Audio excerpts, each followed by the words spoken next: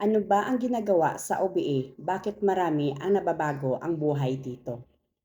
First, may copy and earn system.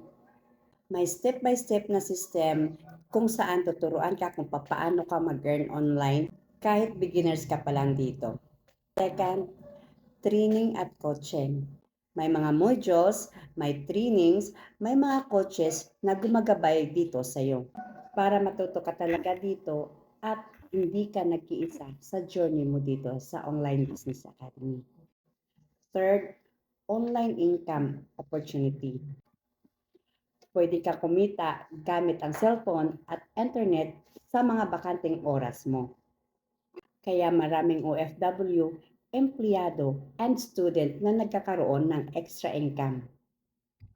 Kung gusto mo rin matutunan kung paano ito ginagawa, like and share this video and follow mo ako para ma-prioritize kita. See you!